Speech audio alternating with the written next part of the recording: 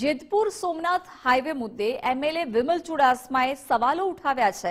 ગઢુથી સોમનાથ સુધીના રસ્તાઓ ઉપર અનેક ડાયવર્ઝનને લઈને સવાલો ઉઠાવ્યા। ડાયવર્ઝનને કારણે અકસ્માત થતા હોવાના આરોપ સાથે રજૂઆત કરી છે। વહેલી તકે સમારકામ નહીં થાય તો આંદોલનની પણ ચીમકી ઉચ્ચારી છે।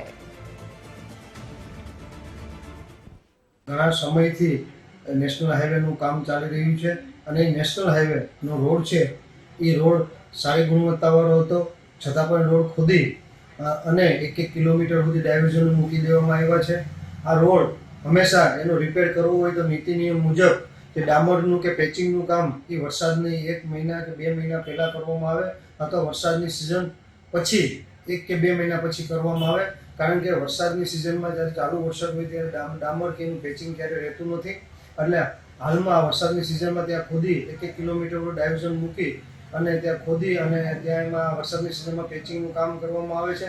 એના કારણે વરસાદમાં એ બધું ધોવાઈ ગયું છે અને વધારે ખરાબ રસ્તો થઈ ગયો છે। ખાડા ત્યાં જે ડાયવર્ઝન ઊભા છે ત્યારે ખૂબ અકસ્માતો થવાની પણ શક્યતા છે।